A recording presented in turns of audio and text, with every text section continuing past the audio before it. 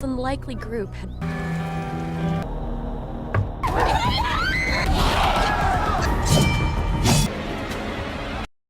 Welcome dear rockets. आज हम देखने वाले हैं हाल ही में रिलीज हुई मूवी अनह्यूमन। मूवी की शुरुआत में हमें स्कूल पढ़ने वाली एवर नाम की एक लड़की दिखाई जाती है जो अपनी माँ के लिए दोपहर का खाना पैक कर रही है।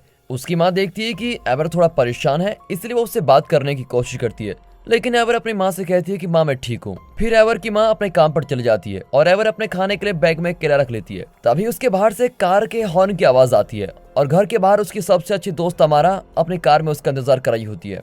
अब एवर कार में बैठ जाती है और तमारा एवर से शिकायत करती है कि तुमने इतने ज्यादा कपड़े क्यों पहने हैं, तुम्हें थोड़े कम कपड़े पहनने चाहिए ताकि लोगों का ध्यान तुम पर ज्यादा जाए। तमारा बहुत खुश होती है क्योंकि आज वो स्कूल की तरफ से कहीं घूमने जाने वाले हैं। फिर वो एवर से अपने कुछ नए दोस्तों के बारे में बात करने लगती है।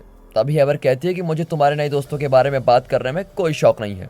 उसके बाद एवर तमारा को गाड़ी रोकने के लिए कहती है, लेकिन तमारा बातें करने में इतना खो जाती है कि वो गाड़ी नहीं रोकती।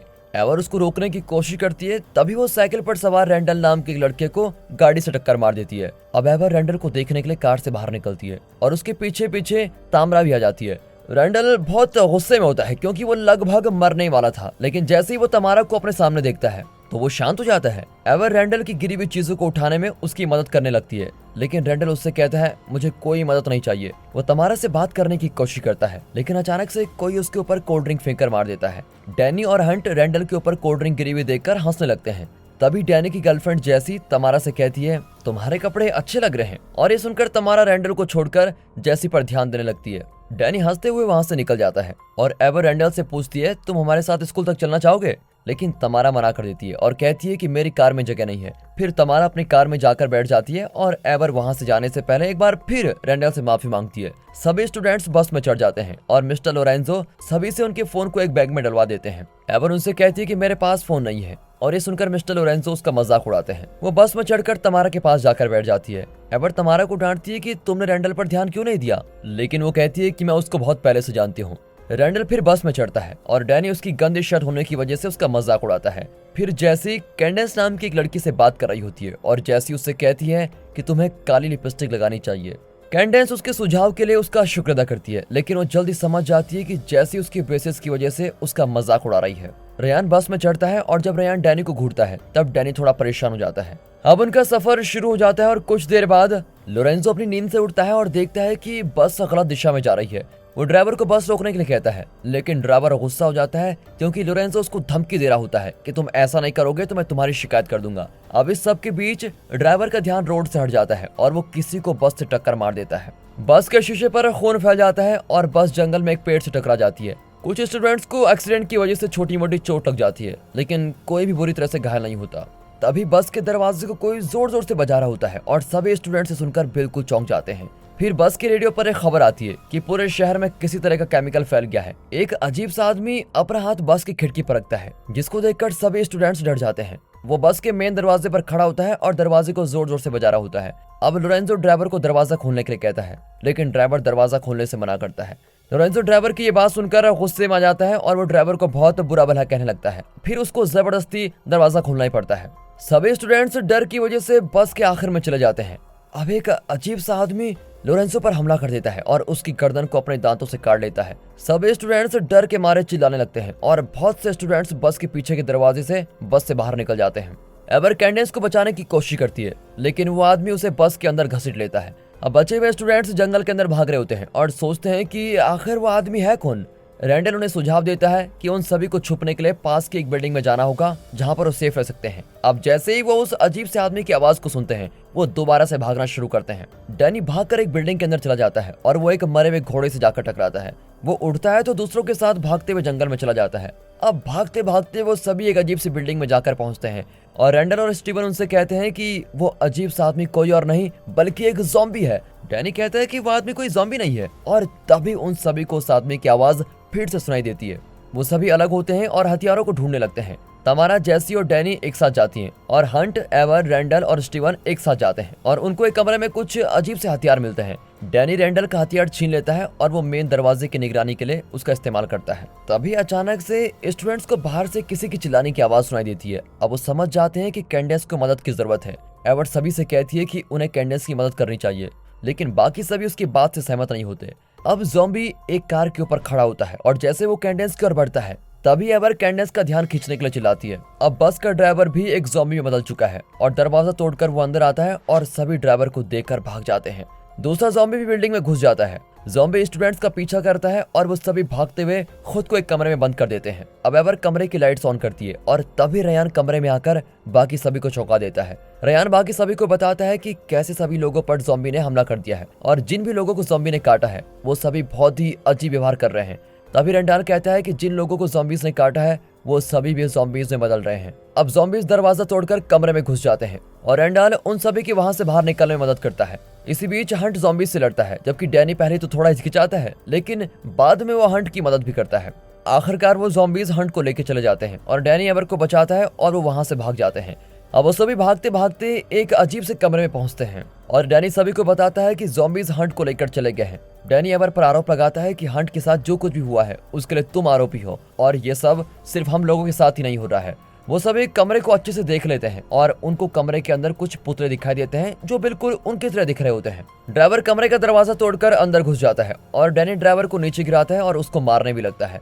इसी बीच एवर को ड्राइवर की जेब में एक लेटर मिलता है और वो उसको अपने पास रख लेती है। डैनी अचानक से अब अजीब सा बर्ताव करने लगता है और कहता है कि मेरा शरीर ठंडा है। फिर डैनी एक पुतले से जैकेट ले लेता है और उसको पहन लेता है। रेंडाल समझ जाता है कि डैनी को ज़ॉम्बी ने काट लिया है। फिर डैनी कमरे से भागकर निकल जाता है और सीढ़ियां चढ़कर दूसरी मंजिल पर चला जाता है। डैनी का व्यवहार अब बहुत चिड़चिड़ा होने लग जाता है और वो रियान के वजन के लिए उसकी बेइज्जती भी करता है। इसी बीच ड्राइवर एक बार फिर से दरवाजा तोड़कर कमरे में आता है। रियान उसके रास्ते से हट जाता है और ड्राइवर डैनी को खिड़की से धक्का दे देता है। सभी डैनी और ड्राइवर को नीचे जमीन पर गिरे हुए देखते हैं और तभी अचानक से डैनी अजीब तरह से उठता है और वहां से भाग जाता है। रेंडाल कहता है कि हम सभी के लिए बिल्डिंग छोड़ना बहुत ही खतरनाक है और हमें खुद को इस बिल्डिंग में बंद कर लेना चाहिए। एवर मना करती है और कहती है कि हम सभी को भूखा रहना पड़ेगा क्योंकि हम में से किसी के पास भी खाने पीने के लिए कुछ भी नहीं है।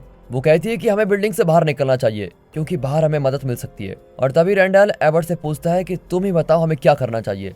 एवर कहती है कि हम सभी को मिलकर ज़ॉम्बीज को किसी तरह से बिल्डिंग की एक तरफ ले जाना चाहिए और बिल्डिंग के दूसरी तरफ से भागकर निकल जाना चाहिए। लेकिन रेंडाल एवर पर चिल्लाता है और कहता है तुम्हारा दिमाग खराब हो गया क्या और तुम हम सबको जान से मरवाओगी बस और कुछ नहीं। लेकिन एवर भी रेंडाल की बात सुनने से मना कर देती है और वो आग की मदद से ज़ॉम्बीज को अट्रैक्ट करने का प्लान बनाती है।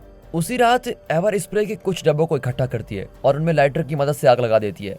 एवर उनको एक वैन के ऊपर फेंकती है जिससे वैन में आग लग जाती है और एवर भागकर फिर तमारा के पास जाती है। तमारा कहती है कि तुम्हें बिल्डिंग से बाहर नहीं जाना चाहिए, लेकिन एवर उसकी बात नहीं मानती और वहां से चली जाती है और स्टीवन भी उसके साथ जाने का फैसला करता है। स्टीवन एवर से पूछता है कि अगर जंगल में और ज़ॉम्बीज आ गए तब क्या होगा। तब एवर उससे कहती है कि हमारे पास कोई और चारा भी नहीं है। फिर दोनों चोरी छुपे बिल्डिंग से बाहर निकलकर जंगल में बस के पास पहुंच जाते हैं। स्टीवन एवर की बस में चढ़ने में मदद करता है। एवर बस के अंदर रेंग कर चल रही होती है और तभी उसके सामने से खून से सना हुआ हाथ आता है। हालांकि एवर उस बैग तक पहुंच जाती है जिसमें फोन रखे हुए होते हैं, लेकिन वो देखती है कि सभी फोन टूट चुके हैं। अब ये देखकर वो बहुत ही उदास हो जाती है क्योंकि अब कुछ नहीं किया जा सकता।